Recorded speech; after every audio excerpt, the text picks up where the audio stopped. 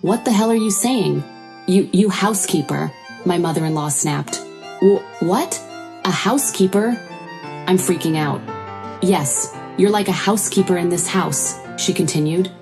You don't make much money, so you have to do your job as a housekeeper, my father-in-law added. We won't have any problem without you, my mother-in-law continued. I understand. Then I'll leave you without any hesitation, I replied. My name is Skylar, a 31-year-old housewife. My husband Rowan and I have been married for 2 years. We got married through the so-called shotgun marriage, so we have a 2-year-old daughter. My husband and I were originally classmates in high school, and we started dating when we met again at a class reunion. 2 years after we started dating, we found out that I was pregnant and got married. However, we were in our late 20s at the time, and it was quite normal to get married and have a child, so there was no problem. In fact, I got the impression that the birth of our child made the transition to motherhood smoother. We lived happily after the marriage. I took full maternity leave so I could concentrate on raising our child and being with her all the time. My husband loved her very much, and when he came home from work, he was always with her. We had a really good atmosphere in our home. But one thing disrupted this peaceful life: moving in with my in-laws. My mom and dad want me to move in with them, Rowan said one evening. What? Why? They're not that old yet, are they? I asked, feeling a bit surprised. No, but they've been telling me that for a long time. Being the eldest son, I'm supposed to live with my parents, he explained and continued. Well, I wanted to live with just you and our daughter as a newlywed, so I said no, Rowan admitted. But now that our kid is 3 years old, I think it's time for us to move in with them. Besides, my mom can help you with the housework, right? He added. I certainly appreciate that, I replied. I'm currently working part-time, but it's not easy to raise a child, work and do housework all at the same time. I don't see my in-laws frequently, but when I do, I can see how much they care for my daughter, and I don't have a negative opinion of them. I think we might be able to work things out if we move in together. I had a preconceived notion that living together would be difficult, but after thinking about it, it seemed like it wouldn't be a problem. So I agreed to move in with them. But it seems that this decision was wrong. For the first month or two after we moved in together, my in-laws were courteous to me, or at least that's what it felt like. But gradually, my parents-in-law's attitude changed. Skylar, can we have dinner a little earlier? My mother-in-law asked one day. I'm sorry, when I pick up my daughter after work, it's usually around this time, I explained. If you work part-time, you should come home earlier, she replied bluntly. Well, it's my job, so... I started, but she cut me off. It's so half-hearted and it's really bothering me, she uttered. Why do they have to say that much? My work usually finishes around 4 p.m. Then I pick up my daughter from daycare, go to the supermarket, come home, and prepare dinner. So, dinner time is usually around 6 p.m. It's not particularly late, and my daughter is not home yet at that time. I mean, the mother-in-law doesn't do any housework, so why is she complaining about it? And since she lounges around all day, I'm sure she hasn't even digested lunch yet. And not only my mother-in-law, but also my father-in-law gradually changed his attitude toward me. You haven't cleaned the bathroom yet, he said sharply. Oh, I'm sorry, I was going to prepare dinner first, I replied, trying to stay calm. You're so slow, can't you do your chores more quickly? He snapped. What? I couldn't help but express my frustration. You're so useless, he shouted. My in-laws started to be harsh with me little by little. I couldn't hide my confusion. I knew I couldn't just leave this problem, so I talked to my husband about it. Why are your parents being so cold to me lately? I asked Rowan. What? Is this your imagination? He replied dismissively. No, it's not. They get absolutely angry over the slightest thing, I insisted. Well, maybe they want you to become a better wife. There's nothing wrong with that, Rowan said with a small smile on his face. I was totally wrong to ask him. Later, I realized I was wrong to marry him. My feelings for my husband gradually began to fade away. After that, my in-laws' attitude became worse and more demanding day by day. Hey, give me a massage, my mother-in-law demanded one evening. I haven't finished washing the dishes yet, I tried to explain. Don't talk back to me and come here quickly, she snapped. When I was forced to give a massage to my mother-in-law and was late washing dishes, My father-in-law snapped, "Hey, the cup I always use hasn't been washed yet. You're so useless. Can't he wash his own cup?" I couldn't understand why my in-laws' attitude had become so cold. I had no choice but to ask my husband to speak with them. My husband said it was too much trouble to speak with them, but when I pressed him, he reluctantly agreed to it. "So, how did it go?" "What did your parents say?" I asked hopefully. "Well, they said something about part-time workers not having human rights," Rowan answered nonchalantly. What? What's that?" I couldn't believe what I was hearing. "Anyway, they don't like the fact that you work part-time instead of full-time," he continued. "But that's what you asked me to do. You asked me to work part-time because you can't raise kids and do housework at all. You told that to your parents, didn't you?" I demanded. Well, I didn't think my parents had changed their attitude because of such a thing, so I was so surprised, and I didn't have time to tell them that, he said, looking away. "That's impossible. I really don't know why I married him. He might already have abandoned me.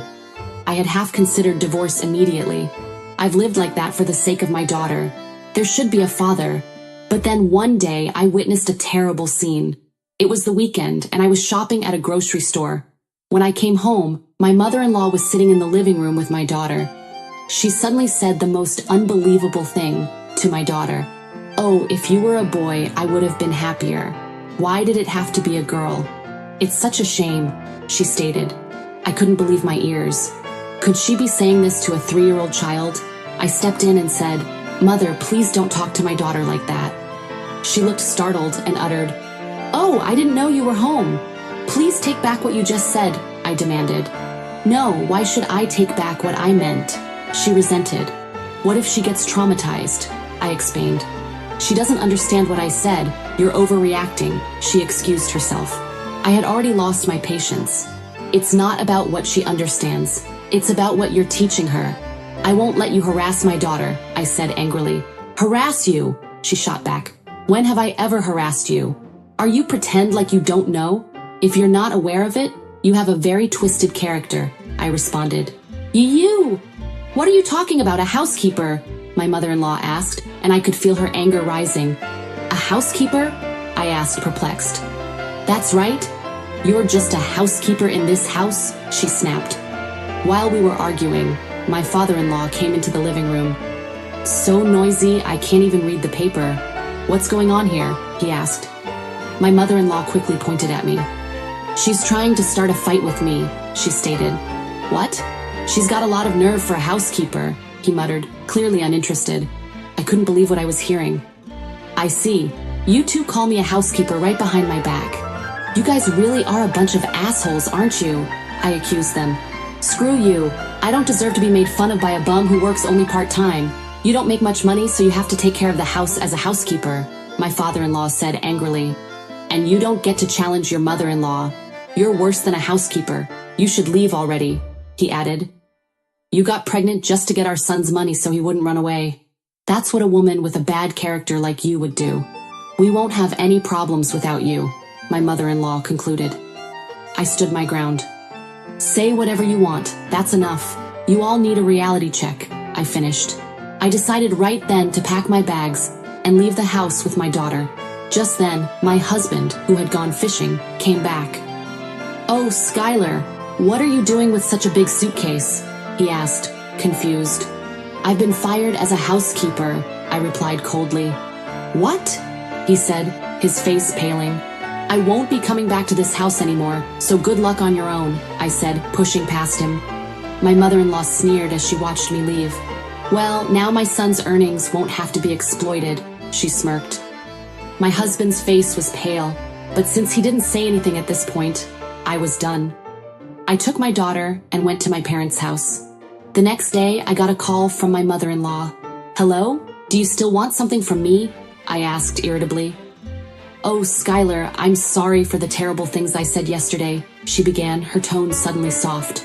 This change in her attitude, she must have heard it from my husband. "What happened all of a sudden?" I asked. "I had no idea. I apologize. Please come back," she pleaded. "No, you don't need me, right? There's no need for me to come back," I told her. "I didn't know that you were bringing money into this house," she said, her voice trembling. I was paying $1,000 a month to you out of my salary, I explained and continued. Even though I work part-time, I'm a nurse, so I make a decent amount of money. My husband has a full-time job, but to be honest, his pay is always quite low, so most of it goes to living expenses. That's why I was giving you money from my salary. In addition, we are saving for our daughter's tuition fees and other future expenses. My husband is a kind person, but perhaps because of his low self-esteem, he is quite vain. So, when I left your house, he couldn't tell you that his own income was low and that his wife was helping him out financially. But when he failed to protect me, it was over for me, I explained. I told my mother-in-law that I would not go back, no matter what she said, and hung up the phone. Then I sent a message to my husband, saying we would talk through my lawyer later. I blocked all the numbers from my in-laws. I then decided to file for divorce. I asked my husband for child support and also for alimony for his silent approval of my in-laws' endless harassment toward me. My ex-husband is almost penniless now, and he has to keep up with the payments. Of course, there is no way he could put money aside for my in-laws. They're in a situation where their desire for a luxurious lifestyle has depleted their savings rapidly. They have even started to depend on my father-in-law's retirement fund, and now, at this rate, it seems that it'll be difficult for them to get through the rest of their lives. Well, it's none of my business anymore, but I think they deserve all of this. Every time my ex-husband sees my daughter, he asks me to help him out because he's in trouble. One day I said, "If you keep bringing it up, I'm not going to let you see her anymore." He stopped asking me to help him altogether. I, on the other hand, went back to my parents' home and am working hard as a single mother. Since my mother takes care of my daughter, I can now work nights again, and my income has gone up even more. I will continue to work hard and earn a lot of money while watching my precious daughter grow up. Thank you for watching. Please subscribe to the channel if you like. See you in the next video.